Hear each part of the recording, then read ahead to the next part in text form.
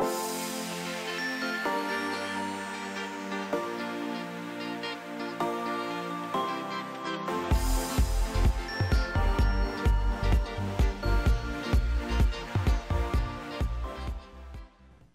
you ever feel overwhelmed when you pass homeless people in your community? Do you feel uncomfortable, unsafe, angry, hopeless or helpless, and ultimately unable to do anything about it? The Dalai Lama wrote, "The cultivation of compassion is no longer a luxury. It is a necessity if our species is to survive."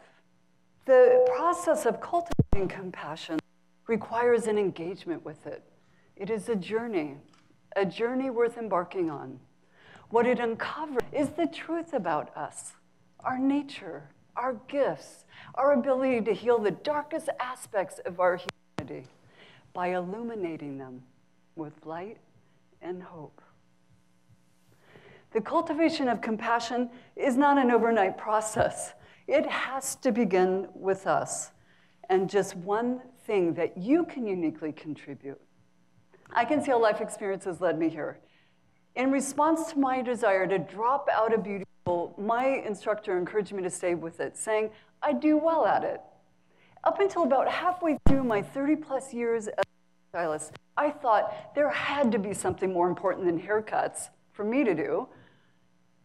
Yet, I finally relaxed into it. In fact, I threw myself into it. I decided I would be the best that I could be by educating myself and doing hair for photo shoots, as well as teaching other hairstylists nationwide to become the best they could be. I was at the pinnacle of my career. Or so I thought. Beneath the outward success, something still gnawed at me. I knew there was something more to haircutting than a haircut. But what? I needed to rediscover my own voice and feel my heart again. So with the support of clients, I opened my own studio to begin working on my own. Soon, I became increasingly aware of the number of homeless people in my community. Giving takes just one thing, and one thing I knew I could give was haircuts. Free haircuts would be my act of compassion. After a conversation with a client, Haircuts with Heart was born. I called community organizations serve the underserved and asked, would they be interested in my services? And the answer was a resounding yes. As a hairstylist, facing my clients in the mirror and touching their head is a powerful, personal, and intimate experience. I've learned everybody has a story to tell. And in the telling, the teller and the listener bond. And an inner beauty shines forth for all to see. At one of our recent events in Oakland, a sun-parched, almost toothless woman from the encampment across the street sat in my chair. While I was cutting, I asked her how long had she been living across the street. And although I couldn't understand her words completely, it became clear she'd been living under the freeway a long time, a very long time, much longer than the encampment. And something terrible happened there. Eyes squeezed tight. She cried dry tears. I stopped cutting and rested my hand on her shoulder, simply listening and touching as she allowed me to bear witness to her emotion. As she quieted, I resumed cutting. Sharing such moments with the most exposed people living on our streets is an honor. As this work attracts other stylists who want to give back, a natural mentoring occurs. Through quiet action and decency, we show the next generation of professionals how they too can care for their community. As Rajna Krishnamurti said, when the norm is decency, other virtues can thrive. Integrity, honesty, compassion, kindness, and trust.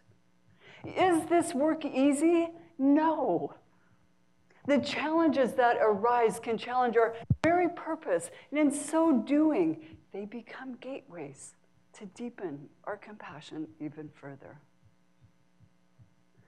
In a little over 2 years, Haircuts with Heart has hosted 25 events, serving over 1,000 guests.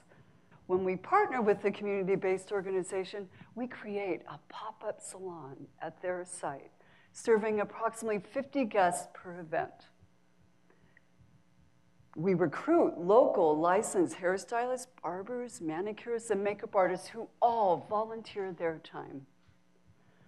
Although a haircut may seem a simple gesture, our guests have said, I feel normal, proud of how I look, and it's nice to be touched.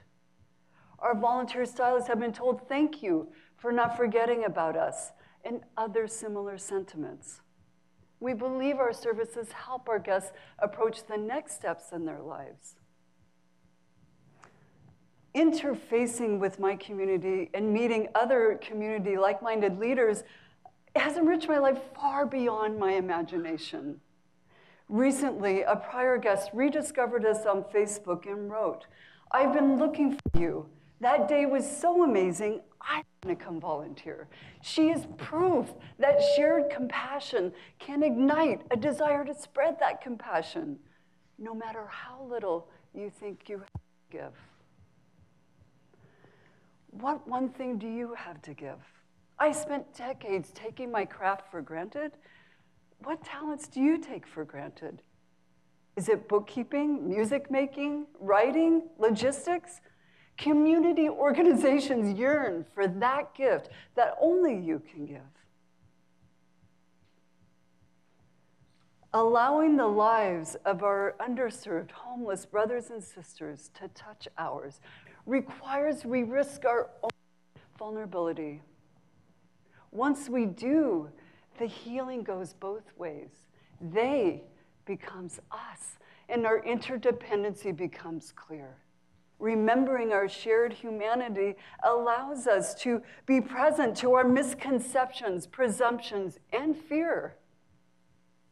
Allowing our very human feelings, shame, racism, even hatred, to surface is daunting. But don't let that stop you. Be kind to yourself. Facing such feelings is part of the healing. When you pass fragile people on the streets, consider one way you might cultivate your compassion.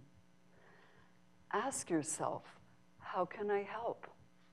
It takes just one thing. Thank you.